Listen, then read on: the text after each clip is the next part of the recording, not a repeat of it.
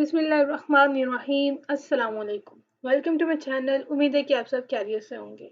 हमने स्टार्ट की हुई है असेंबली लैंग्वेज लेक्चर्स की एक प्लेलिस्ट और आज हमारा है लेक्चर नंबर 25। होप्स आपने प्रीवियस लेक्चर देखे होंगे और आपको अगर कोई भी क्वेरी हो तो आप मुझसे ज़रूर पूछा करें कमेंट बॉक्स में। तो अब अपने टॉपिक पे मूव करने से पहले एक छोटी सी request, if you are visiting my channel first time so please don't forget to subscribe, like and share it, okay, and also don't forget to press bell button. Alright, आज का हम टॉपिक क्या पढ़ेंगे? Indirect addressing. ओके, सबसे पहले बात आती है direct addressing is rarely used for array processing because it is impractical to use constant offsets to address more than a few array elements. Instead we use a register as a pointer. हम क्या करेंगे? किसी register को as a pointer use करेंगे और उसे हम क्या कहेंगे? Called indirect addressing and manipulate the registered value. और जो रजिस्टर्स की वैल्यू होगी उसको हम मैनिपुलेट करेंगे। When an operand uses indirect addressing it is called indirect operand. जब हम indirect addressing को यूज करते हैं तो वो हमें क्या कहलाती है? indirect operand. तो अब इसके हम एग्जांपल देखते हैं। Protected mode and indirect operand can be 32-bit general purpose register. ये बात आप अपने याद रखनी है कि जो इनडायरेक्ट ऑपरेंड होगा वो हमेशा 32 बिट का जनरल पर्पस रजिस्टर होगा। और वो कौन कौन से हो सकते हैं? EAX, EBX, ECX, EDX, ये जितने भी ई वाले रजिस्टर हैं ये सब हमारे पास 32 बिट्स के जो है इनडायरेक्ट ऑपरेंड्स के लिए हम यूज कर सकते हैं। और क्या होने चाहिए? Surrounded by brackets. जैसे ये ब्रैकेट्स के साथ सराउंडेड है इस तरह से होने चाहिए। The register is assumed to contain the address of some data. जनाब इसको डॉट डाटा में हमने dot data byte val byte 10 hexadecimal dot code. अब हमने क्या किया? सबसे पहले हमने बाइट वेल के नाम से एक वेरिएबल को डिक्लेयर किया। अब मूव कर दिया हमने ESI में। ये हमारे पास इनडायरेक्ट ऑपरेंड है और हमें पता है कि पॉइंटेड के लिए हमारे पास क्या होना चाहिए? एड्रेस।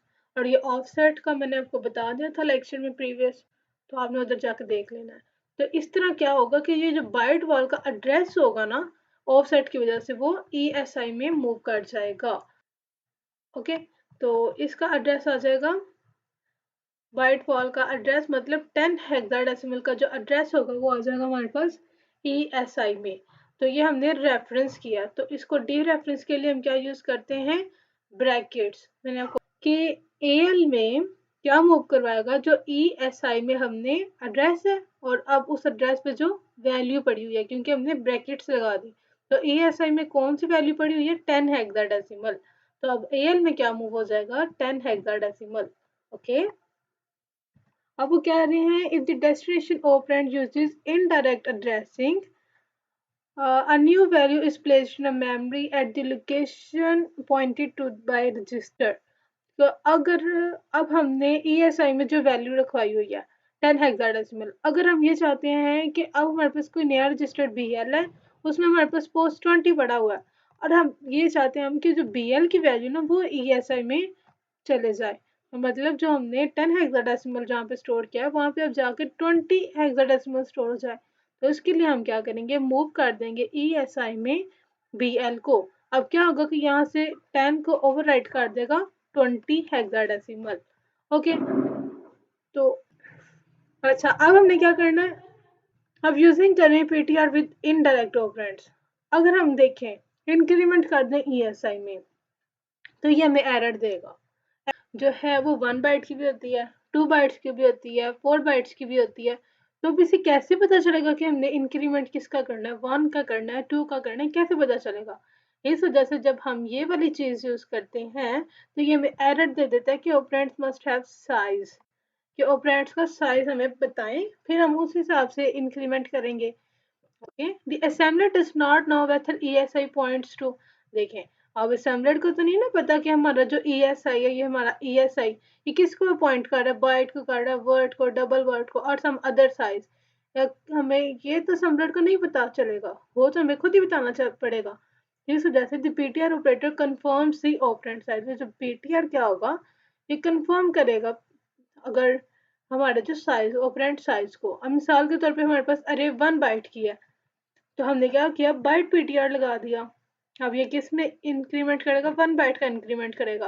और अगर हम यहाँ पे वर्ड लगाते तो 2 बाइट्स का, फिर यहाँ पे हम लगाते हैं इंक्रीमेंट वर्ड पीटीआर, तो फिर यहाँ पे क्या करेगा, 2 का इंक्रीमेंट करेगा, ऐसे ही ऑनवर्ड। तो अब आपने ये छोटी छोटी बातें याद रखनी है, ये आपसे एमसीक्यूज में पूछी जा सकती हैं। ओके जी, अब indirect operands are ideal tool for stepping through arrays. In this example, array B contain 3 bytes. क्या है, array B है, 1 बाइट उसका साइज है, और इसमें हमारे पास 3 एलिमेंट्स हैं, 3 बाइट्स हैं। तो सबसे पहले हम क्या करेंगे, इसमें मूव किया हमने ESI में ऑफसेट अरे बी। तो हमें पता था कि मैंने आपको पहले भी बताया था कि जो अरे बी है ना, वो बाय डिफॉल्ट ये जो फर्स्ट नंबर होता है इसके ऑफसेट को होल्ड करके रखता है। तो ESI में हमने क्या किया, ऑफसेट मतलब एड्रेस मूव करवा दिया अरे बी का। अरे बी का एड्रेस आ गया, मतलब 10 एज का एड्रेस आ गया अब ESI में। तब हमने मूव करना AL में ESI की वैल्यू को, क्योंकि हमने ब्रैकेट लगा दिया। तो एड्रेस हमने किसका दिया था, 10 हेक्साडेसिमल का, तो यह वैल्यू क्या रिटर्न करवाएगा, 10 हेक्साडेसिमल। ओके, तो अब हमने इंक्रीमेंट किया ESI का, तो इंक्रीमेंट कितने का होगा, 1 बाइट का, क्योंकि अभी बाइट साइज की है। तो अब इसका मतलब किस पे पॉइंट करेगा, 20 एज पे। तो इसी तरह यहाँ पर 20 एज आ जाएगा, इंक्रीमेंट दोबारा करेगा तो वो 30 एज पे रेफरेंस करेगा, और ये 30 एज को रिटर्न करवाएगा। इसी तरह हमारे पास एक अरे है वर्ड की, ये 2 बाइट्स लेगा, और ये हमारे पास कुछ वैल्यूज हैं। हमने जैसे फर्स्ट पे किया था, ये फर्स्ट को एड्रेस को होल्ड करेगा। तो ऑफसेट हमने अरे डब्ल्यू का मूव करवाया, इंक्रीमेंट मूव किया हमने AX में ESI को, तो क्या आएगा हमारे पास आउटपुट 1000 हेक्साडेसिमल। तब आपको याद होगा कि मैंने आपको इंक्रीमेंट इंस्ट्रक्शन पढ़ाया था। तो इंक्रीमेंट और डिक्रीमेंट क्या करते हैं, इंक्रीमेंट ऐड करता है 1 को और डिक्रीमेंट सब्ट्रैक्ट करता है 1 को। लेकिन यहाँ पे तो हमारे पास एड्रेस कितनी बाइट्स की है, 2 बाइट्स ले रही हैं। तो अब हम यहाँ पे इंक्रीमेंट तो यूज कर ही नहीं सकते, इस वजह से हम यहाँ पे क्या यूज करेंगे, ऐड इंस्ट्रक्शन। ये भी मैंने आपको पढ़ा दिया, ऐड इंस्ट्रक्शन ESI 2। अब ESI में 2 का इंक्रीमेंट होगा, तो इसका मतलब अब वो यहाँ पे रेफरेंस करेगा, यहाँ पे पॉइंट आउट करे, तो ये 2000 हेक्साडेसिमल। इसी तरह हम दोबारा 2 को ऐड करेंगे, ये 3000 हेक्साडेसिमल रिटर्न करेगा।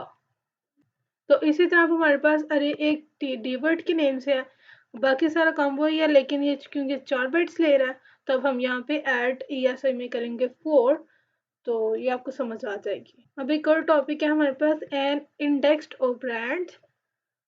क्या करता है, an indexed operand add the constant to a register to generate an effective address. क्या करता है, ये ऐड कर देता है कांस्टेंट को रजिस्टर में इफेक्टिव एड्रेस को जनरेट करने के लिए। Any of the 32 bit register में B used as index register.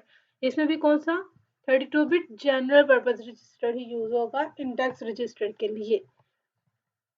तब यहाँ पे देखें constant REG, constant plus REG, अरे बी ESI है, तो इसमें इसका मतलब क्या है कि अरे बी में ESI ऐड हो रहा है, मतलब प्लस हो रहा है, तो ये दोनों को सेम जगह पे रेफरेंस कर रही हैं।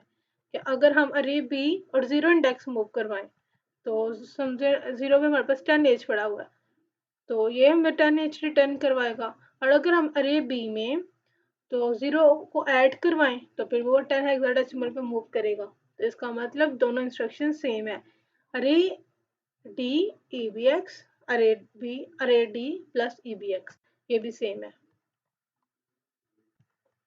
हमने क्या काम करना है कि फर्स्ट एलिमेंट को हमने इंडेक्स रजिस्टर को, और इंडेक्स हमारे पास कौन सा रजिस्टर होता है, 32 bit an general purpose register, उसको हमने सबसे पहले 0 से इनिशियलाइज करवा देना है before accessing the first element. Okay, तो अब हमने क्या किया, मूव किया ESI में 0, ये हमारे पास इंडेक्स रजिस्टर्ड है, तो इसमें 0 मूव करवा दिया। अब AL में हमने मूव करवाया अरे बी ESI, तो ये हमारे पास 0 है, तो 0 इंडेक्स हमारे पास स्टार्ट वाला होता है, तो AL में हमें क्या रिटर्न करवाएगा, 10 हेक्साडेसिमल। अब इसी तरह हमारे पास एक 16 बिट की अरे है, मूव किया हमने ESI में, वो प्रीवियस काम किया, मूव किया AX में ESI को, तो ये तो हमें क्या रिटर्न कराएगा, 1000 हेक्साडेसिमल।